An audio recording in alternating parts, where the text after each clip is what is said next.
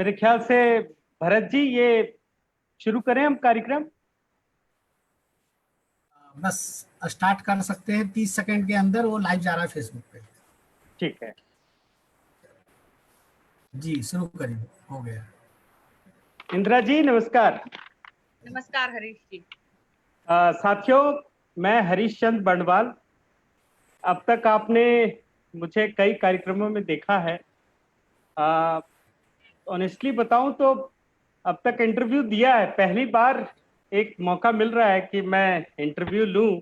और हमारे मित्र हैं भरत भूषण, उन्होंने आग्रह किया कि प्रवक्ता के लिए करना चाहता हूँ, शुरू करना चाहता हूँ, और मुझे भी बहुत आनंद आया। और साथ में जब इंदिरा दांगी जी का नाम देखा तो मुझे लगा कि हमें निश्चित रूप से बात करनी चाहिए। श्रीमती इंदिरा दांगी जी वैसे परिचय की मोहताज नहीं है। वे प्रोफेसर हैं, मध्य प्रदेश में भगत सिंह स्नातकोत्तर महाविद्यालय में सहायक प्राध्यापक हैं, सुप्रसिद्ध साहित्यकार हैं। कई टीवी चैनलों में कई जगह आप देख चुके हैं इन्हें। इन्हें साहित्य अकादमी का युवा पुरस्कार, भारतीय ज्ञानपीठ लेखन का पुरस्कार मिल चुका है। और नाटकों का इनका विदेशों में भी मंचन हो चुका है। और मैं अगर सही कह रहा हूं तो शायद कई प्रतियोगी परीक्षाओं में भी इंदिरा जी से जुड़े, साहित्य से जुड़े प्रश्न वगैरह आते हैं उसमें। तो इंदिरा जी, बहुत बहुत स्वागत है। और मैं इसे सुखद अवसर मानता हूं कि आपसे बात कर रहा हूं, आपके बारे में कुछ पढ़ने का भी मौका मिला। इंदिरा जी, सबसे पहले तो आप अपनी साहित्य लेखन यात्रा, अपने बारे में थोड़ा सा बताइए कि साहित्य यात्रा कैसे शुरू हुई, कैसे आपने शुरुआत की, क्या क्या मुश्किलें आई और यहाँ तक पहुंची। अपने बारे में थोड़ा सा बताइए। देखिए हरीश जी, किसी के भी लिए साहित्यकार बनना भारत में कठिन होता है, क्योंकि ये जीवन है, जीविका नहीं है।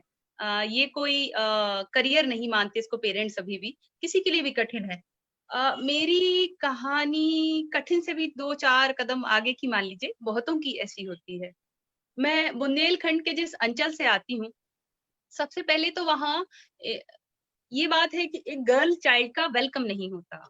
आप उस अंचल की मानसिकता के लिए अगर मैं आपको एक बात बताती हूँ, बहुत प्रेम करती हूँ मैं अपनी बुंदेलखंड की धरा से। जी। मेरी मम्मी जिस गाँव से आती हैं, वहाँ पर जब कोई बच्ची जन्म लेती थी, क्योंकि वो ठाकुरों का गाँव था, तो या तो उसको तम्बाकू खिला देते थे, एक दाई इस काम के लिए मुकर्रर थी, या फिर अगर तब भी बच गई, वो नन्ही सी जान, तो वो जो खटिया होती थी, उसका जो किनारा होता था, वो उसके ऊपर रख देते थे। और इसमें आधुनिकतम तकनीक ये है कि अब गर्भ में बच्चे को मार डालते हैं। तो उस अंचल में अगर मैं पैदा हो गई, मतलब ये सफलता है कि एक गर्ल चाइल्ड वहाँ पैदा हो जाए बड़ी। और पल जाए और पढ़ जाए, तो इसका श्रेय मेरे पिता को जाता है, जो कि एक पुलिस अधिकारी थे। लेकिन तब भी कठिन था, जीवन कठिन था एक परंपरागत ठाकुर परिवार में। जब मेरी पहली रचना आई थी अखबार में, तो मंझले भाई साहब ने कहा कि ये तो घर की लड़की की बदनामी हो गई, अखबार में नाम छप गया। तो अखबार में नाम, एक कहानी भी आपने पढ़ी होगी जिसमें अखबार में नाम छपता है तो ये बदनामी हाँ, होती ठीक है। है। तो इस तरह से तब भी मैंने लिखा और मैंने हमेशा लिखा। अगर मेरे साथ कोई था, तो वो मेरा साहित्य था या मैं खुद थी। फिर जब मैं टीनेजर थी, तो मेरी शादी हो गई थी एक संयुक्त हिंदू परिवार में। मैं बस ये कहना चाहूँगी, देखिए आप भी एक लंबी यात्रा करके आज इस महत्वपूर्ण मुकाम तक आए होंगे। हम सभी स्ट्रगल करते हैं। मुझे जितना भी सहयोग मिला जीवन में, जीवन साथी का या दूसरे लोगों का, मैं पाउलो कोएल्हो के उपन्यास द अल्केमिस्ट की पंक्तियाँ दोहराना चाहूँगी, जिसमें वो कहते हैं कि यदि आप किसी चीज़ को पाना चाहते हैं, तो सारी कायनात एक साजिश रचती है आपको उस तक पहुँचाने के लिए। तो बस साजिश बनकर या मदद करती है। हाँ, बिल्कुल, बिल्कुल। बिल्कुल। तो मतलब अगर सही मायने में देखें तो आपकी यात्रा वाकई अ, एक तो साहित्यकार होना और दूसरा महिलाओं के लिए इस कदम तक, इस मुकाम तक पहुंचना अपने आप में बहुत टफ है। और आपने वाकई बहुत महत्वपूर्ण काम किया। अपनी रचनाओं के बारे में भी बताइए इंदिरा जी, थोड़ा बहुत। मेरी किताबें हैं, बहुत सारी किताबें हैं। एक 2013 में आई थी 150 प्रेमिकाएँ, उसके बहुत सारे संस्करण आ चुके हैं। एक नाटक है राई जो खेला जाता है, भारत में बाद में आया, विदेशों में पहले खेला गया। और रपटीले राजपथ एक उपन्यास है, एक आचार्य नाटक है जो चर्चित हुआ। तमाम रचनाएँ हैं जिनके लिए मैं कृतज्ञ हूँ पाठकों की कि उन्होंने अपनाया मेरी रचनाओं को। जी। अच्छा, अपनी चर्चा तो आगे रखेंगे, थोड़ा-सा एक कड़वा प्रश्न आपसे पूछना चाहता हूँ ज़रूर। कि आपका एक राजकमल प्रकाशन से 150 प्रेमिकाएँ ये पुस्तक आई, जी। तो मतलब ये नाम क्यों? मतलब कहीं ऐसा तो नहीं कि प्रसिद्धि पाने के लिए ये नाम रख दिया गया है? नहीं देखिए बिल्कुल भी ऐसा नहीं था। जब मेरी 2-3 आरंभिक कहानियाँ प्रकाशित हुई थी। मेरी जी, पहली कहानी दाहिनी आँख परिकथा में आई थी। जी, उसके बाद माहेश्वरी जी का फ़ोन आया था कि हम आपको विश्व पुस्तक मेले में जी, लॉन्च करना चाहते हैं आपकी बुक के साथ 3 लेखिकाओं को नई को वो लेकर आए थे। जी। और उन्होंने कहा कि हम 13 कहानियाँ लाएँगे, 1 कहानी ज़्यादा है, तो बताइए कौन-सी हटा दें? तो मैंने कहा 150 प्रेमिकाएँ हटा दीजिए। लीप अच्छा। किताब का नाम मैं चाहती थी। उन्होंने कहा कि 150 प्रेमिकाएँ तो टाइटल है, किताब इसी नाम से जाएगी। तो वो कहानी है एक ऐसे युवक की जो सिर्फ़ प्रेम में होने से प्रेम करता है। उसके लिए व्यक्ति माध्यम है और उसका जो ध्येय है वो प्रेम है। तो ऐसा बिल्कुल भी नहीं है और अगर किसी भी वो लीप सेकंड नाम से भी आती, तो ऐसी मैं आशा करती हूँ कि तब भी उस किताब को उतना ही प्रेम मिलता पाठकों का। वाह! अच्छा, मैं ये सवाल इसलिए पूछ रहा था क्योंकि एक मेरी कहानियों पर भी एक पुस्तक आई है वाणी प्रकाशन से, 5 कहानियाँ हैं। उसमें एक कहानी है, उसका शीर्षक है, काश मेरे साथ भी बलात्कार होता। बहुत ही सीरियस कहानी है और काफ़ी लोगों ने मतलब सराहा भी। मैंने इस कहानी का नाम भी सुना है कहीं, चर्चा भी अरे सुनी। वाह! मैं बताता हूँ क्योंकि जब ये किताब आई तो राजेंद्र यादव जी ने उसका विमोचन किया था और मैत्रेयी पुष्पा थी उस कार्यक्रम में। जी, तो उन्होंने जब मेरी पुस्तक पढ़ी तो वो हतप्रभ थी। उन्होंने बताया भी उस कार्यक्रम में कि मुझे यकीन नहीं हुआ कि मतलब लोग कहाँ-कहाँ कैसी कहानियाँ लिख रहे हैं और वो पढ़ नहीं पाई थी। तो कई बार ऐसा लगता है कि ये नाम सनसनीखेज़ हैं, लेकिन उसके पीछे कुछ ना कुछ अर्थ होता है। और निश्चित रूप से 150 प्रेमिकाएँ अगर आपकी इतनी लोकप्रिय पुस्तक है, तो उसमें आपने काफ़ी कुछ अच्छा लिखा है। इसी पुस्तक से जुड़ा हुआ एक सवाल जो आपसे अक्सर पूछा जाता है, मैं जी। चाहता हूँ कि प्रवक्ता डॉट कॉम के लोग भी जानें, आपकी नज़र में प्रेम क्या है? देखिए प्रश्न नितांत व्यक्तिगत है, लेकिन इसका जो आंसर है वो उतना ही ज़्यादा सार्वभौमिक है। जी, किसी भी व्यक्ति के लिए प्रेम जो होना चाहिए, वो स्वयं से विश्व की यात्रा होना चाहिए। उसे आप अपने आप से आरंभ करें और जी, वो संसार के आनंद या कल्याण की परिणति में संपन्न हो। एक संपूर्ण प्रेम की परिभाषा ये होनी चाहिए। और उत्तर की परिधि इस प्रश्न के उत्तर की परिधि में मैं थोड़ा-सा रिलैक्सेशन लेकर, थोड़ा-सा विस्तार लेकर अपनी अगर बात करूँ जी। तो मैं अपने विद्यार्थियों से कहती हूँ कि जब वो कहते हैं कि जीवन में क्या बने हम, जीवन कैसे जिए हम, तो मैं उनसे कहती हूँ कि जीवन को प्रेम में जीना। अर्थात आप जीवन में वो कीजिए जो होने से आप प्यार करते हैं, जो आप बनना चाहते हैं। एक अध्ययन कहता है कि ज़्यादातर लोगों को मंडे की सुबह हार्ट अटैक आते हैं या मंडे की दोपहर आते हैं, जब वो जॉब पर जाते हैं। जब वो भी 50 साल से ऊपर के लोग जब वो उस काम पर जाते हैं, जो सिर्फ़ उनकी जीविका है, ना कि जीवन है। तो जीवन में आप जो बनना चाहते हैं, जो होना चाहते हैं, उससे प्रेम कीजिए और सारे जीवन प्रेम में रहिए। वाह! बहुत बढ़िया। अ, अब प्रेम की बात हो रही है इंदिरा जी, तो एक पैटर्न दिखता है साहित्य में कि मतलब ऐसी चर्चा होती है। देखिए मेरा साहित्य से इन दिनों बहुत लगाव नहीं है, मतलब जुड़ाव नहीं है, लगाव तो है, लेकिन मैं ये महसूस करता हूँ, जो चर्चाएँ होती हैं कि साहित्य में गंदगी हावी हो गया है। साहित्य का मूल जो है, वो लोप हो रहा है और उसमें अश्लील साहित्य, मिश्रित साहित्य का बोलबाला बढ़ता जा रहा है। तो चूंकि आपकी पुस्तक भी है और आप कंटेम्प्रेरी लेखन में बहुत सक्रिय हैं, तो आप कैसे इसको देखती हैं? क्या ये सही है, ऐसा हो रहा है? और अगर हो रहा है तो क्यों हो रहा है? मतलब ये सिर्फ प्रसिद्धि के लिए हो रहा है या उसमें कोई कंटेंट भी है? देखिए हरीश जी, सिक्के के दो पहलू हैं। हर प्रश्न के जैसे दो आंसर होते हैं। एक पहलू ये है कि ये तय कौन करेगा कि क्या अश्लील है और क्या अश्लील है। जी, ये कौन तय करेगा कि ये रचना अश्लील है? कालिदास की रचनाएं आप देखिए, कितना सौंदर्य आपको उन्हें पढ़ने में महसूस होगा। या आप मंडू की कहानियां ले लीजिए।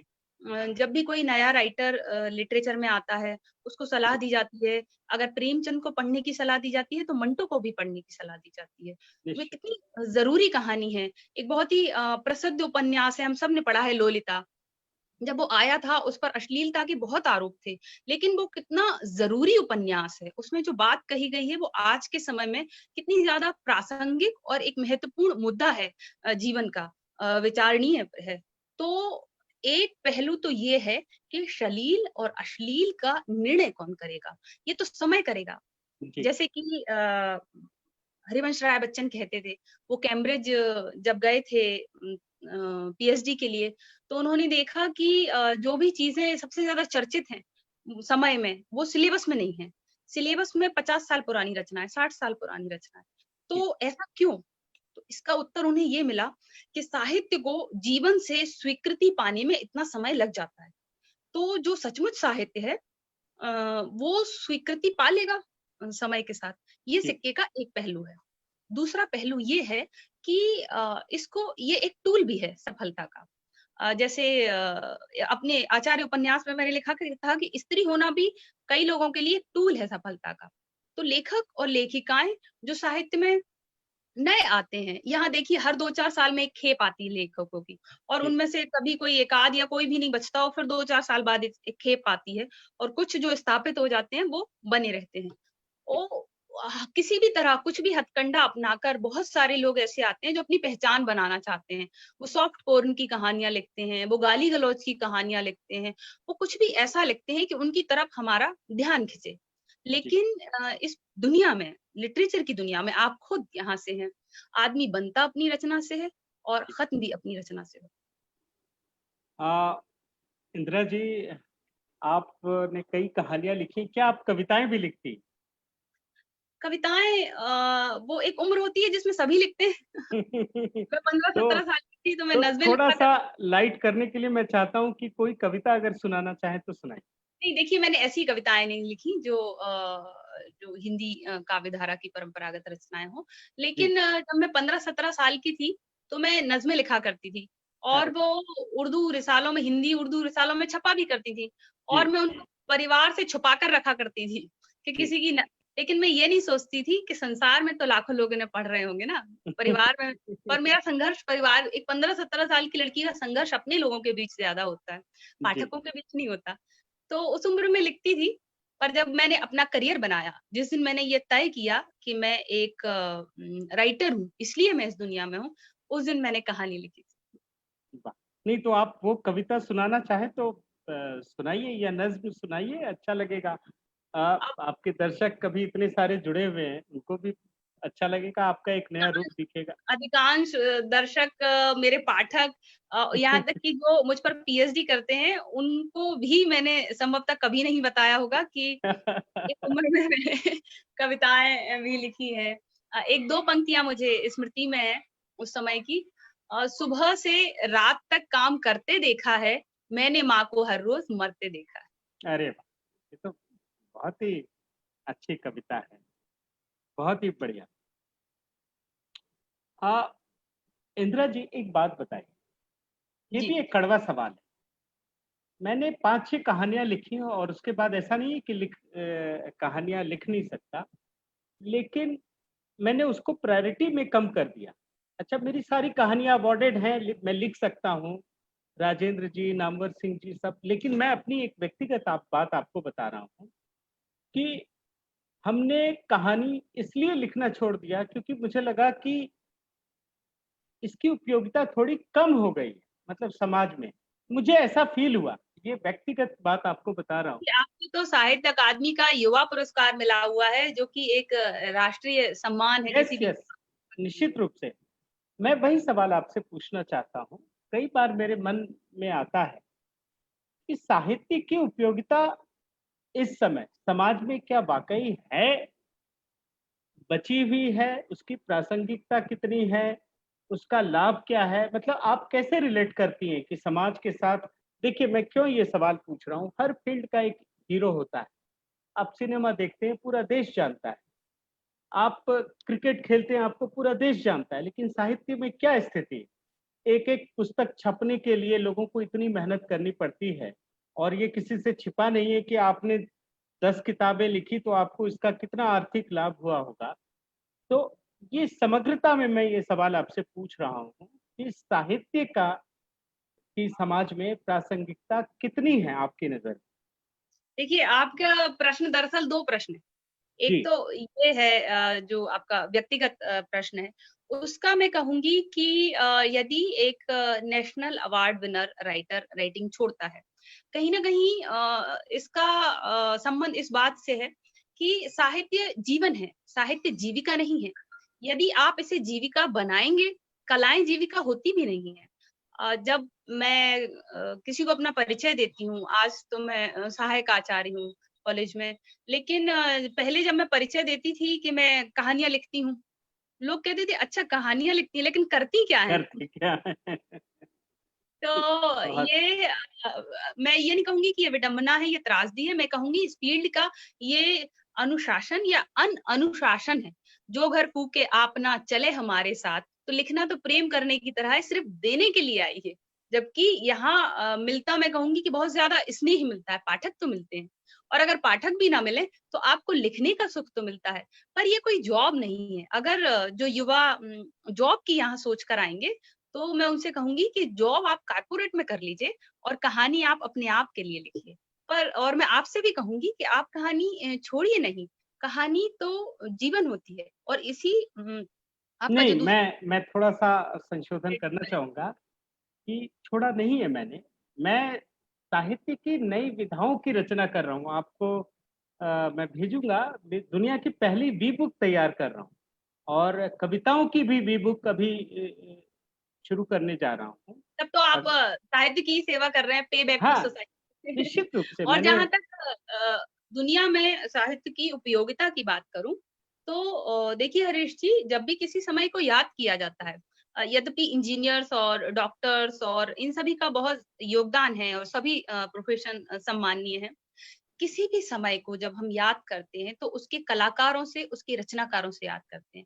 आपको बीथोवन क्यों याद हैं? आपको एडगर एलन पो क्यों याद हैं? आप लता मंगेशकर को क्यों याद रखेंगे? तो साहित्य जो है, वो क्वालिटी ऑफ लाइफ है। जैसे फूल में खुशबू का महत्व है या जी, माता-पिता जो अपने बच्चों को सिखाते हैं, उन संस्कारों का महत्व है, ऐसे ही जीवन में साहित्य का महत्व वाह! मैं सहमत हूँ आपसे पूरी तरीके से। अ, इंदिरा जी एक बहुत ही प्रासंगिक सवाल है और आप शायद महसूस करती होंगी कि साहित्यकारों में गुटबाजी चलती है, बहुत चलती है, गैंग सभी है जगह गैंग बिल्कुल। है एक ये अभी मैंने कई कार्यक्रम किए थे जिसमें देश भर के कवियों को बुलाने की कोशिश की थी। मैं लेखकों, लेखिकाओं सब में देखता हूँ गुटबाजी। लेकिन चूँकि आप एक जानी-मानी महिला साहित्यकार हैं, तो मैं महिला केंद्रित मतलब ये पुरुषों में भी होता है, बट मैं ये चाहता हूँ कि क्या इन दिनों महिलाओं में भी गुटबाजी शुरू हो गई है, देखिए गैंगबाजी चल रही है? सबसे पहले तो हरीश जी मैं आपसे निवेदन करूँगी कि मुझे महिला साहित्यकार ना कहिए, मुझे सिर्फ़ ना, ना। साहित्य नहीं, नहीं, आप निश्चित रूप से देश की बड़ी साहित्यकार हैं, बट एक लोगों के ज़हन में ये सवाल उठता है क्योंकि ये दिखता है, ये पहले ये दिखता नहीं था, आजकल सार्वजनिक रूप से ये दिखता है। तो क्योंकि आप सोशल मीडिया है, क्योंकि सबके पास फ़ेसबुक की वॉल है, जिस पर जी, वो लिख जी, जी, जी। तो मैं कहूँगी कि बहुत सारी बातें हैं, बहुत सारे फैक्टर इसमें एक विचारधारा है, जो यहाँ पर हावी है, जो तमगे देती है, जो ये डिसाइड करती है कि आप लेखक हैं या अलेखक हैं। देखिए, यदि आप साहित्य की मेन स्ट्रीम में ना भी आएँ, आप पूरा जीवन सरस सलिल में भी लिखें, अगर आप सचमुच साहित्यकार हैं तो आपको पाठक मिलेंगे, आपको आवाम से, आपको जनता से एक्सेप्टेंस मिलेगी और आप इतिहास में भी दर्ज होंगे।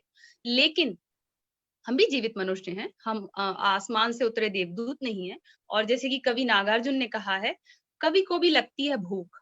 तो एक मनुष्य की तरह हम सबको जीवन में स्वीकृति चाहिए, अपने फील्ड की तरह, अपने फील्ड से स्वीकृति चाहिए। प्रेमचंद थे जिन्हें पूरे जीवन में एक भी पुरस्कार नहीं मिला था। ये भी एक जीवन है। लेकिन जो जीवित हैं, उनको आप स्वीकृति कहाँ से पाएँगे? आप उन्हीं मठों से पाएँगे ना। और उन मठों में जब आप जाते हैं और उसके बाद आपका जो अनुकूलन होता है, वो इस तरह से होता है, इस तरह पीठ सहला गए कुछ लोग, रीढ़ को दुम बना गए कुछ लोग।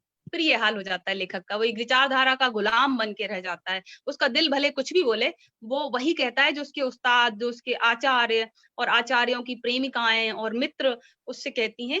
वो एक प्रतिभा जहाँ जाकर के गर्क हो जाती है, और ऐसा सैकड़ों लेखकों के साथ यहाँ होता रहता है। निश्चित रूप से। अच्छा, आपने साहित्य में मठाधीशी को लेकर के काफ़ी कुछ कहा है, साहित्य में नेपोटिज़्म।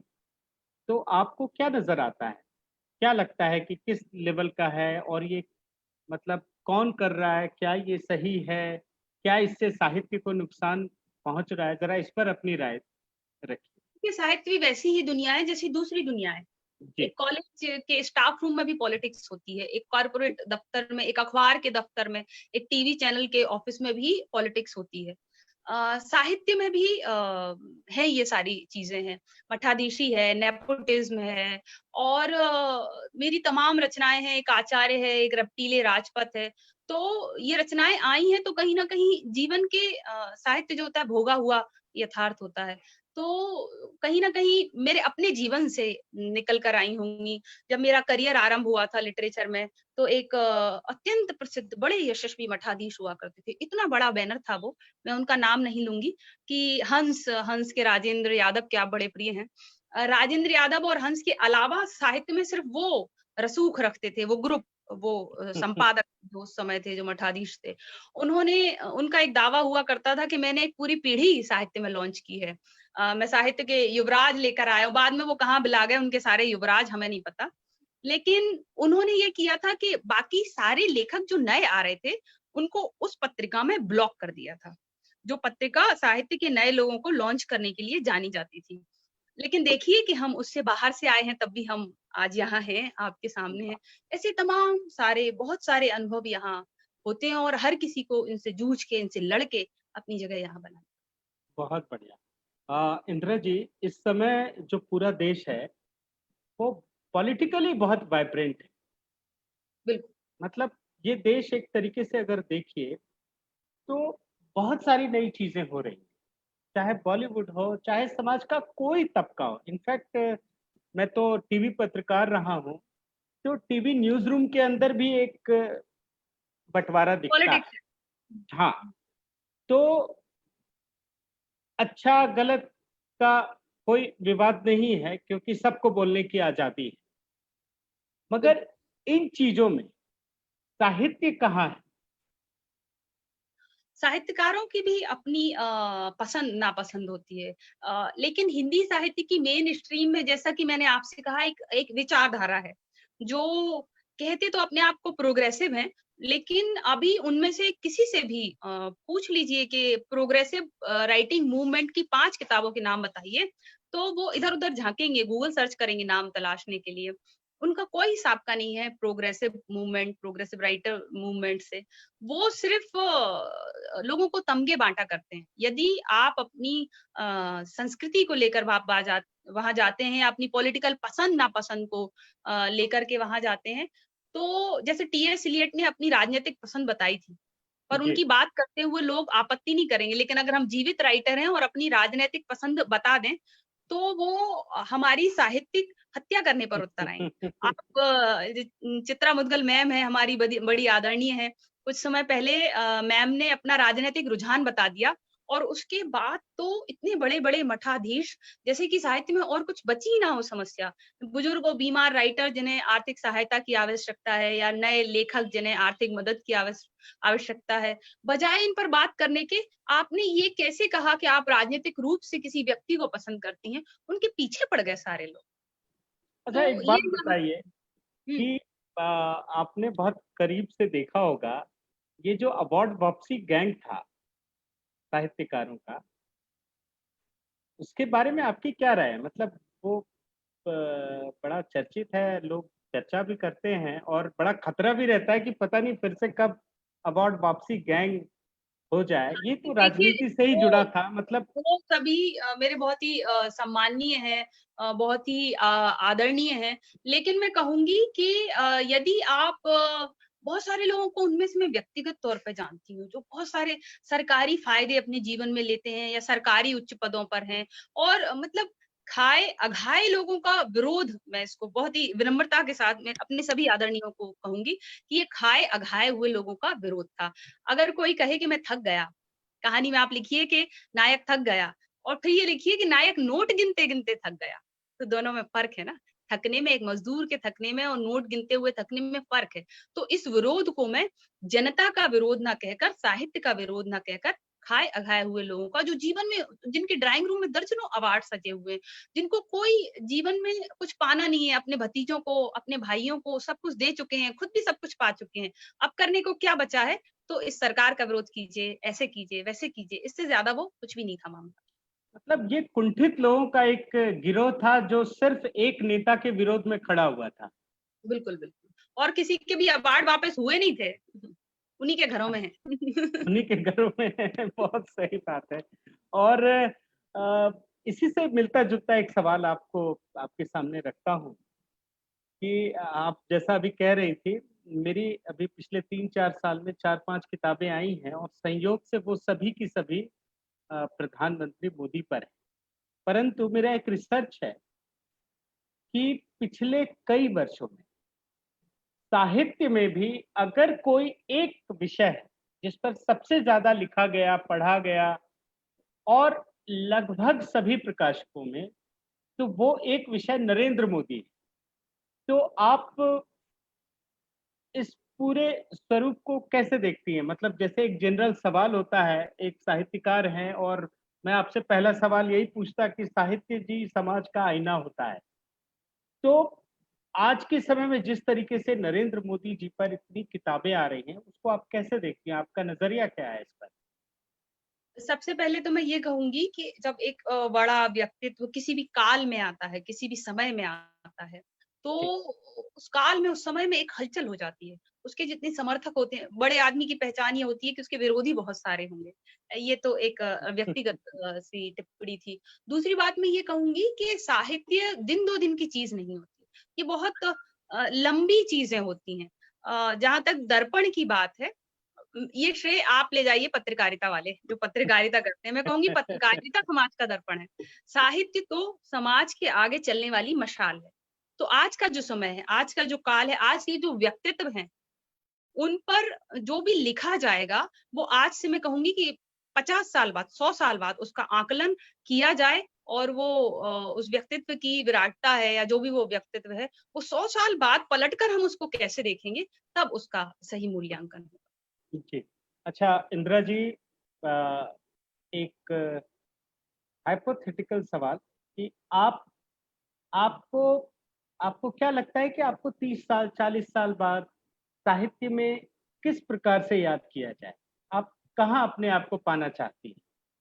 देखिए अभी तो मैंने वो रचना लिखी नहीं है जो मैं लिखना चाहती हूँ। दूसरी बात, अगर मुझसे पूछे कि एज़ अ राइटर मैं क्या पाना चाहती हूँ 40 साल बाद, तो मैं कल्पना करती हूँ कि मैं, क्योंकि मेरे पाठक तिब्बत और नेपाल में बहुत हैं, और मैं बहुत जैसे महादेवी वर्मा एक मीरा कुटीर बनाकर पहाड़ों में रहती हैं। मैं जी। कल्पना करती हूँ कि मैं किसी पहाड़ पर, पत्थर पर बैठकर चरवाहों के बच्चों को कहानी सुनाऊँगी।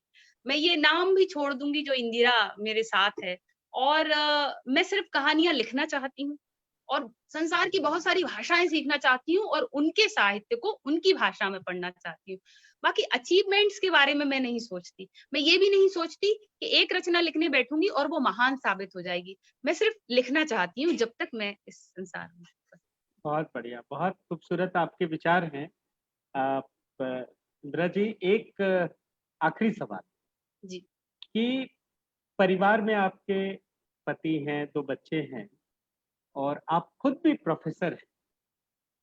तो एक इंसान, मैंने देखा है कि 9 घंटे की 8 घंटे की नौकरी करता है और उसके बाद थक जाता है। फिर बोलता है भैया अब कुछ नहीं। आप कई सारे दायित्वों का निर्वहन कर रही हैं और उसके बाद फिर साहित्य लिखा। फिर आपने साहित्य में भी इतने अच्छे तरीके से खुद को स्थापित किया, निश्चित रूप से आपने संघर्ष किया होगा। तो कैसे करती हैं? मतलब वो कौन-सी प्रेरणा है जो आपको प्रेरित करती है ये सब करने के लिए? सफलता और सार्थकता 2 चीज़ें होती हैं।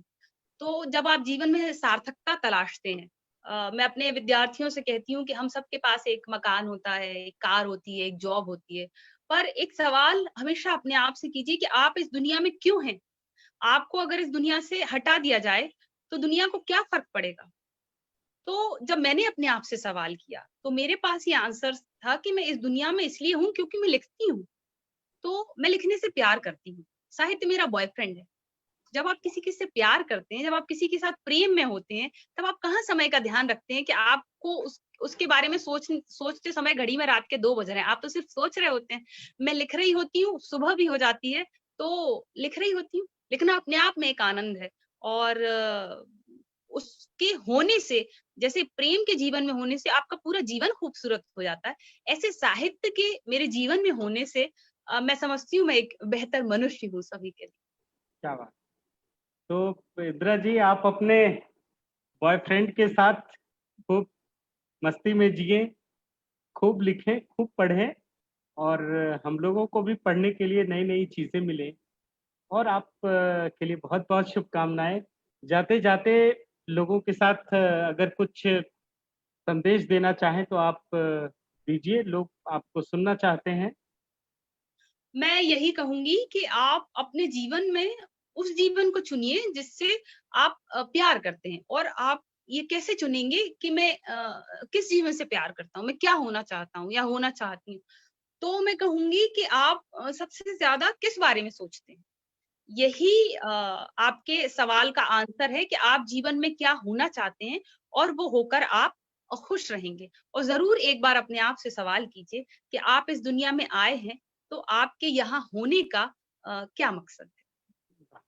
साथियों, और इंदिरा जी, आपको भी मैं बताना चाहूँगा कि मैं भी पहला इंटरव्यू और आपसे सवाल जवाब कर रहा हूँ। दरअसल इसके पीछे भी एक मेरी सोच थी। अ, होता क्या है कि मैं भी एक बहुत छोटे से शहर से आया हूँ, बंगाल में आसनसोल से। एक बहुत बड़ा फ़र्क क्या होता है, मैंने एक कहानी लिखी है, यही मुंबई है।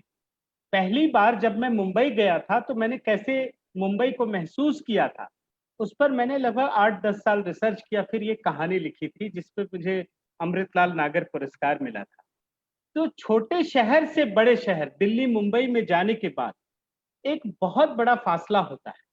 बड़े शहर में सभी चीज़ें बड़ी आसानी से उपलब्ध होती हैं, लेकिन छोटे शहर में अ, छोटी-छोटी चीज़ों के लिए भी बहुत मशक्कत करनी पड़ती है। और उस हिसाब से आप भोपाल में या आप एक मध्य प्रदेश के छोटे से शहर में होने के बाद भी आपने जिस सफ़र को तय किया और जिस मुकाम को हासिल किया, वो किसी के लिए एक आदर्श हो सकता है। मैं उम्मीद करता हूँ आप और नई रचनाओं के साथ हाज़िर होंगी और फिर आपसे मुलाकात करेंगे। तो इजाज़त दीजिए। बहुत-बहुत धन्यवाद इंदिरा जी। और बहुत-बहुत धन्यवाद। प्रवक्ता.com को भी बहुत-बहुत धन्यवाद कि उन्होंने मंच दिया। बहुत-बहुत धन्यवाद। थैंक बहुत-बहुत यू। धन्यवाद। आपको भी बहुत-बहुत धन्यवाद, सभी को।